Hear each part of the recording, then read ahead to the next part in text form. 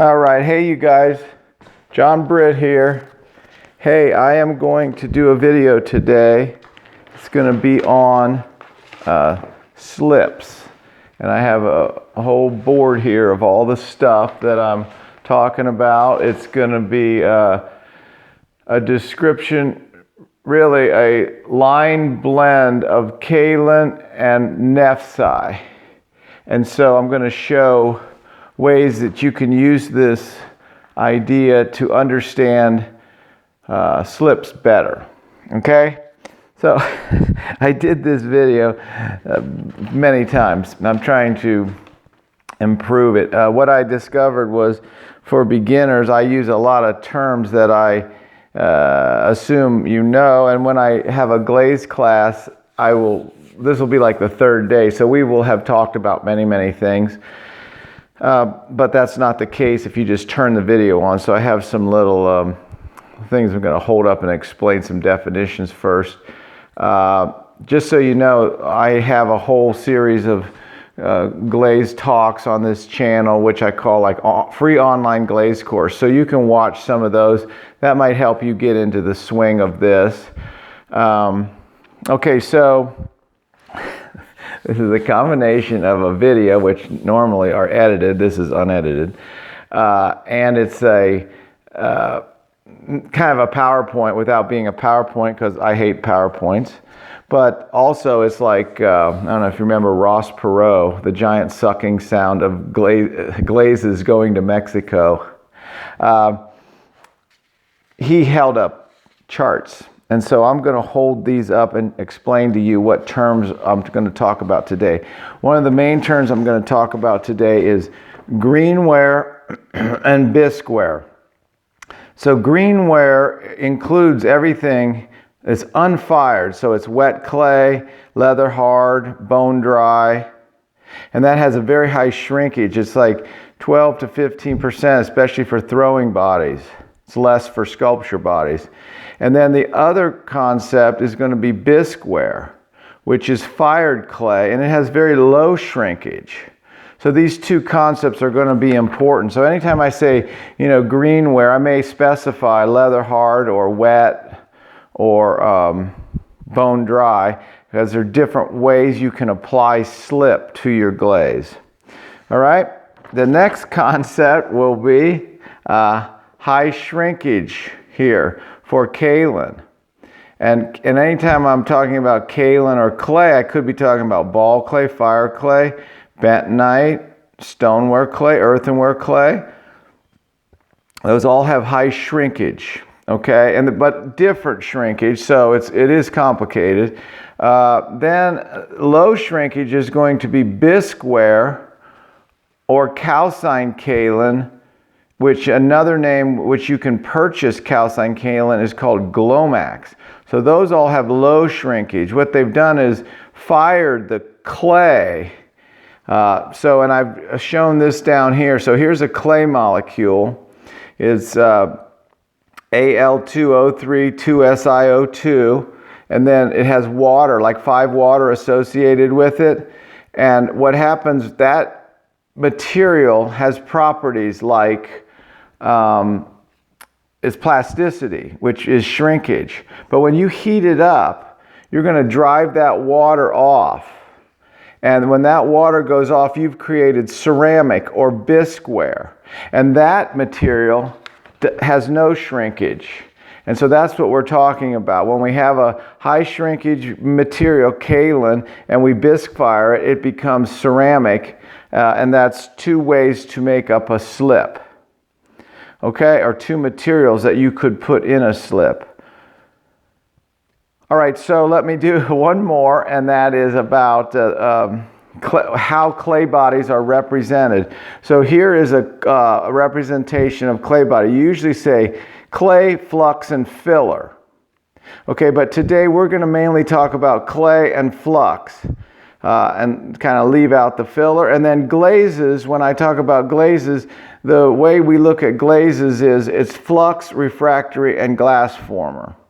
And so today we're not really going to talk much about the glass former part, but we'll talk about the flux and the the refractory or the kaolin or the alumina part. Now, you can get alumina from other sources besides kaolin, but kaolin's kind of the most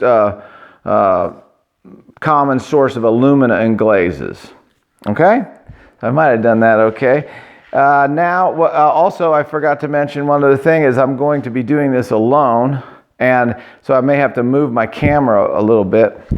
All right, so what we're going to do is show how on this continuum, this side is 100% kaolin, and this side is 100% flux, namely with slips you do kaolin and feldspar. So kaolin and nephsite is what we'll concentrate on. And as I add more and more nephsite or flux, it will move down the line here, become more vitrified, and finally become a glaze. And then I'll show some glazes on the other end in reference to how much kaolin are in those recipes. So that may help you later when you look at recipes, just to sort of see which slip is for bisqueware, which slip is for greenware, etc. Okay? Now, the reason I'm doing this is because when I start, well, first of all, it's for like a Zoom class for people that they've asked for it. But secondly, because when I started in glazes and clay, people would sling around this term slip all the time. And it was like super confusing to me, like, because I couldn't understand what they were talking about. So I made a list here of all the names I could think of off the top of my head of slip names. So let me do this first. I'm going to move this a little closer, and now I'm going to make sure we're at the right spot. Oops, I got to get my... Got to have glasses in this world. Okay, oh, that's actually pretty good. Okay, so what this is here is, these are the names of all the slips. So I'll try to describe them a little, but you pretty much have to, it would be beyond the scope of this, 30-minute talk here. But you can Google them and look them up, and they're pretty easy to find. So one would be called a thickened slip. So that's when people make up a slip very thick, like it sounds. It's like frosting when they make a plate or a vase, and they put like the frosting type thing on there, and it retains its height after it's fired. So Stephen Hill does a lot of this. Many people use this technique. Another one is called trailing slip. That's similar to that, but insteed of using it with like a like a rib or something to put it on, you use a applicator like bottle and squirt it on, sort of like cake decorating. But it keeps its height after it's fired, so you can do a lot of decoration with it. And very similarly, I'm going to jump around here. Colored slip is in that version. They just add oxides and stains to slip, and oftentimes with trailing slips, you can have a whole variety of colors that you're drawing with. Okay, flashing slip is a type of slip that they use in, and by they I mean me, that they use in soda firing and salt firing. And so I have some samples. Here's a sample of a flashing slip. You can see how this is kind of orangey here. So this is a wood-fired piece with like a Bauer flashing slip. And so when you have a flashing slip, what you're after is a certain types of kaolin that will, when exposed to atmospheric conditions like in a wood kiln or a soda or salt, will flash orange or some type of burnt like color. So it could be terracotta looking, or it could be orangey like this. All right, and so another type of name of a slip might be an underglaze. So an underglaze is usually put on bisqueware. So that's another term here. And then joining slip. So a joining slip is when we connect things. Usually we slip and score. And so we put some slip on there. So sometimes when they do a joining slip, you want it to connect well. So they'll either add like vinegar or sodium silicate or sometimes a frit to help it bond a little better. So there's many ways to make joining slips. And one of those is also called a stick-up slip. And so that's what they use in industry to hook on handles and stuff. So I have a PDF on my website called Should I Slip and Score? And I go into detail on that type of thing. So I can't really explain all this stuff right now. But anyway, there's another term called leather hard slip. And then greenware slip. So this refers back to those terms we were talking about. Crackle slip. And I have an example of that. Crackle slip could be put on either greenware or bisqueware, but when it dries, it cracks a little. So it's a lot of times a relationship between the clay body shrinkage and the slip shrinkage. But here might be an example so that it cracks a little bit. Or maybe here it's like some fine cracking. And okay, and then we have an engobe, which I'll talk about in a minute, and terra sigillata. That's like that's a slip. It's oftentimes put on like bone dry pottery, and they use it a lot in pit firing and stuff. And then you can get a veneer of color. And then you can burnish it and make it look like it's shiny and make it look like kind of a glaze. Casting slip, which is ubiquitous in ceramics. It's how they make many, many things. They're slip cast and industry. There's flocculated slip and deflocculated slip, which I won't go into, but I have a bunch of videos on this channel, flocculated slips, how to change your slips, flock and deflock. Okay, and then slip glazes. Okay, slip glazes, it just means that the glaze has a high amount of slip, or in many cases that means earthenware clays. They call slip clays. And so it may have 50% red art in it, or 50% albany. And so what happens with the rationale behind that is that earthenware clays will melt as they get really hot. So you could have a high albany component in your glaze, and if you fired it low, it would be just a terracotta color. But as you got higher to cone 10, say, it would turn into a glaze. It completely melts and turns into a glaze. And they often use a lot of slip in ash glazes because originally glazes were sort of, discovered in like wood type kilns when the ash hit the clay and it sort of melted a little. So then they started using just clay and ash to make a glaze. And then the lower fire clays that you use would be called slip clays. So Albany slip, Alberta slip, and Ohio slip. Okay? So now let's do a simple definition of slip, and that is just to mix clay with water. And we call that a slip. So oftentimes just when you're making pottery, throwing pottery in the bucket or in the throwing wheel, there'll be watered down clay, and that's called slip.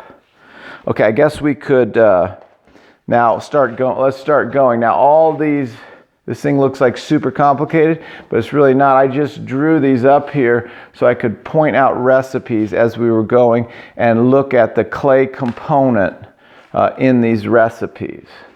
All right? That's pretty good. Let's just start with a flashing slip and what the amount of kaolin and flux is in that. So right here we have 70 kaolin, 30 nephsi, that is a flashing slip. Now you can vary the kaolin with Helmar or Gralig or Tile 6 or something. In the old days we used Avery, and that flashed a certain way, so you can change the way it flashes and change maybe the type of flashing. But the idea is there's a lot of clay in there, 70%. So when you put that on like a bisque pot, which will not shrink, and the 70% clay is on there and it tries to shrink, it'll crack off. But people do this all the time when you do soda and salt firing. They'll bisque their work, take it over to somebody who has a salt kiln or a wood kiln, and they'll dip it in flashing slip. And then you're like, well, how is that working? Well, they do it very, very thin. And so you just quickly put in like skim milk, you make it up very thin and dip it in real quick. But if you put it in too long or too heavy of a coat, it cracks and then flakes off, and so then that's bad. Okay, so then another slip that I was just mentioning was like slip that's in your bucket of your throwing bucket or your hand building bucket. So that could be, or that is the clay body that you're using.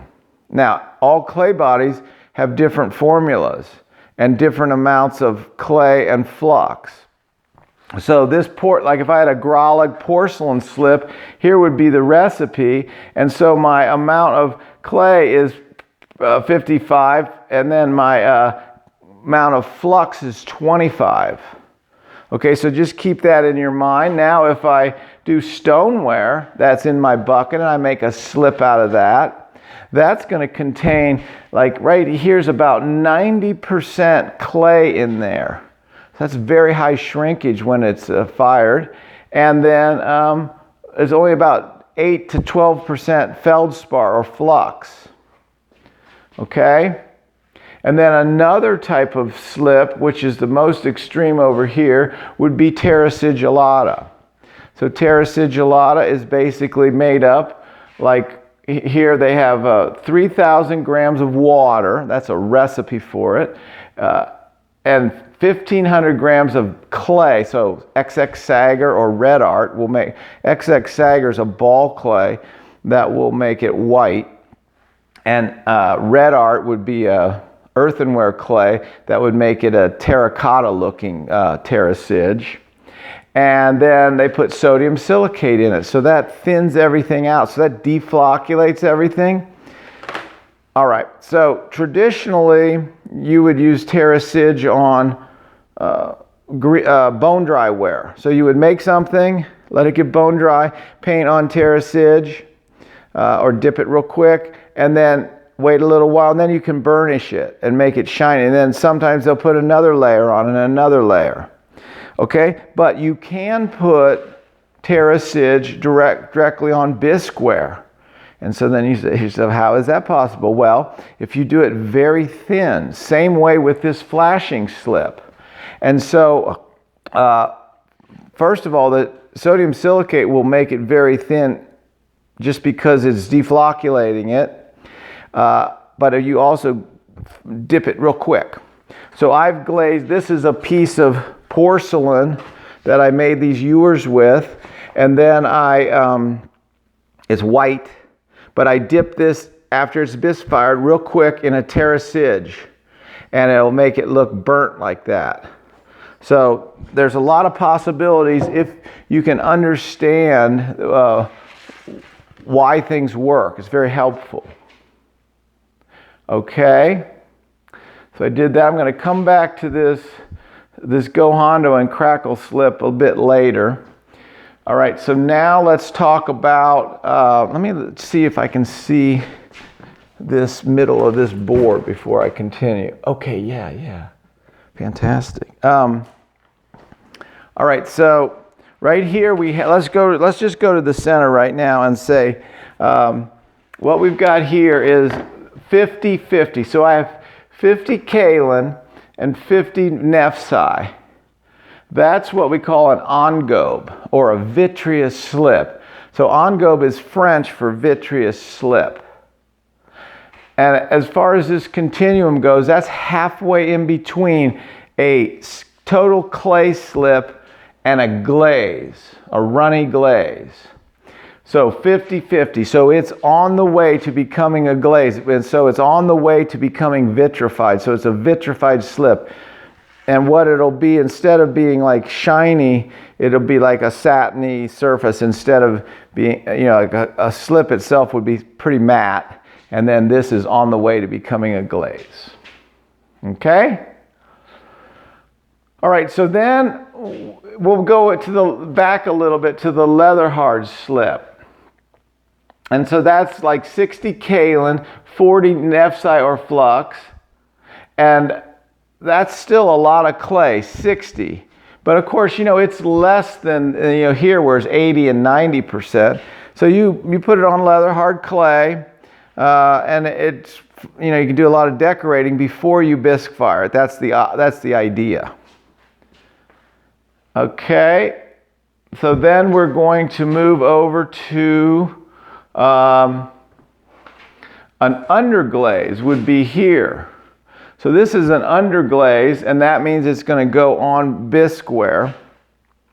And so it's, you have to think in your mind, okay, bisqueware is not shrinking, so if I'm putting a slip on there, it can't have a lot of shrinkage or it'll crack off. So you can see here that there'll be like 40% clay in here and 60% of flux or other ingredients. So here's a recipe for a slip. And those are in my mid-range book in the back. I have these recipes. So this is a kaolin and ball clay, 20 and 20. So that's 40. And kaolin is just whiter than ball clay. And then, like this is another one which is a little bit in between. This has 50 kaolin and ball clay. So you add those two up. All right, and then I think you can still see, but I'm going to move this camera a little bit. So we get a little bit over here. And of course, I have to check it. Okay. I think that's good. Okay, so now we are into if I see now this recipe here is going to be an underglaze. And I can immediately know that either by how much clay is in there. So in this case, a lot of times 40% versus 70 or 80. And this has calcined kaolin. So what people do a lot of times, and a lot of these clays and slips and glazes have all evolved over the years. So when you start out in pottery, you're just sort of jumping in midstream. But somebody would have a slip, and then they would notice it's flaking off, so they would take their clay component, say it was 40%, they just calcine half of it. So that cuts the shrinkage of half of that clay. So now they only have 20% of the clay that's plastic and shrinks, and 20% is like bisque or non-shrinking. And so then that would work, and then that's how these all evolved. So like if you look at this VC2 slip recipe, it has 20 kaolin and 15 calcined kaolin. So that's 35% clay component, but only 20% is plastic. So I know immediately that's for bisqueware. Or here's another one, Cat's Engobe. This one, if you look at it, it has 12 kaolin, 3 ball clay, so that's 15. And then calcined kaolin 15. So that's an example, like I just said, where they had a recipe, just split the kaolin in half, the calcined half, stuck it back in, and they're good to go. All right? So I feel like we're doing good here. Now we're going to get a little more into the glaze side of things. So as we have less and less alumina or kaolin, we are going to move to more runny things. And so all these are going to be a discussion of how much clay is in a glaze recipe. Now, I'm simplifying this a lot to just get the basic idea of things. But, glazes are not just made up of nephsite or feldspar as a flux component. They'll have dolomite and whiting, Fritz, all kinds of things in them to help things melt, and for different reasons. You know, to either make things brighter or make things matte, etc. All right. So right here, which is kind of my favorite one, because it's the opposite of a flashing slip. A flashing slip is 70 kaolin, 30 nephsi, and this is the reverse. It's 70 nephsi, 30 kaolin to make a Shino glaze. All right. Now, just like I said, I'm simplifying these things. You could spend. I've written many PDFs on Shinos because they're very simple but complex. So it doesn't have to be 70, 30. It could be 90, 10, 80, 20, 60, 40, like that. And then Shinos will use a variety of feldspar. So they won't just use nephsi. They'll use spodumene and soda feldspar like minspar and nephsi. So they have 3 feldspars, and then they'll do them in different percentages. And then for the kaolin component, they may use kaolin if they want it whiter, or ball clay if they want more iron, or they could use earthenware clay. So all this, but this just gives you a general idea of a Shino recipe, 70, 30. All right, and then as we move down in our kaolin component to 25%, if there's 25% clay in a glaze, that's a fair amount. And that's a typical thing would be a matte glaze, like Rhodes 32. This is a typical high kaolin glaze. You see it has 25 kaolin, and then the other fluxes in there. Okay, now if I move down a little further, less kaolin as we're going, you'll come to celadons. So celadons will have like 20% kaolin in them. And then if you keep going down, you're going to run into copper reds. These are like 5% kaolin, maybe 5 to 10, maybe even less. But they want less alumina in the glaze. It makes it brighter. The more alumina you have in the glaze, the more dull the glaze can become. So copper reds want to be very bright, so they'll be low alumina glazes. And then the final one here with almost no kaolin or alumina is crystalline glazes. Typically might have 1% in there. All right? So what I try to get people to do are starting out. Now, of course, you know, there's many aspects of glaze. You can be very complex and scientific, or you can be, you know, a beginner starting out. And one easy way for a beginner is to just go through the book and look at how much kaolin is in all the recipes.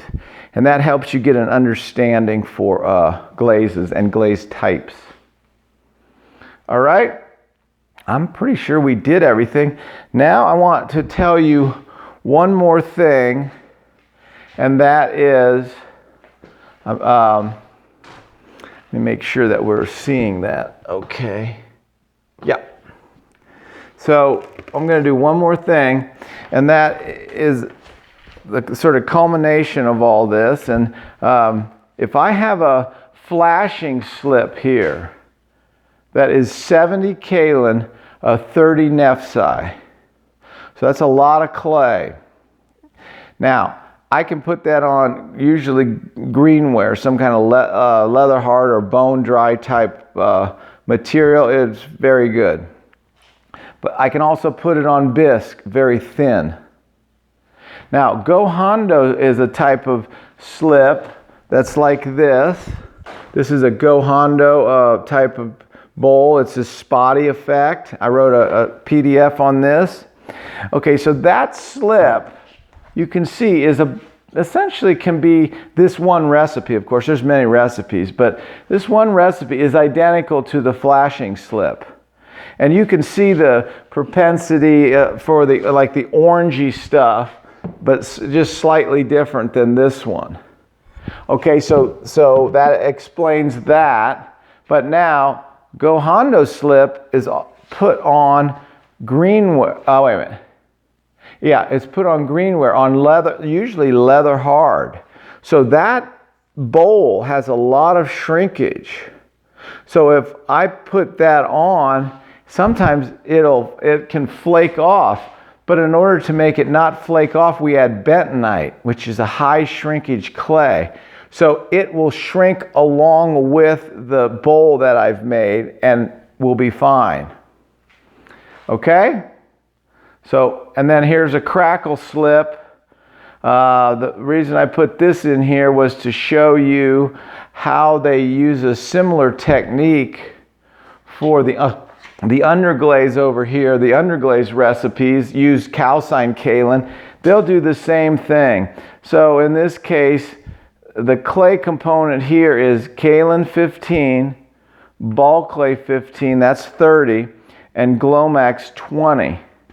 So 50% kaolin might crack off too much. So it's going to crack, they'll all crackle, but it might crack and fall off. So in order to stop that on whoever made this recipe, they calcined some of it. So in this case, they did 20% that they calcined, and then that fit really good.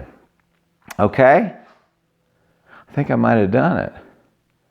All right, well, you should now make up all these recipes tonight and put them on pots tomorrow and let me know how it goes.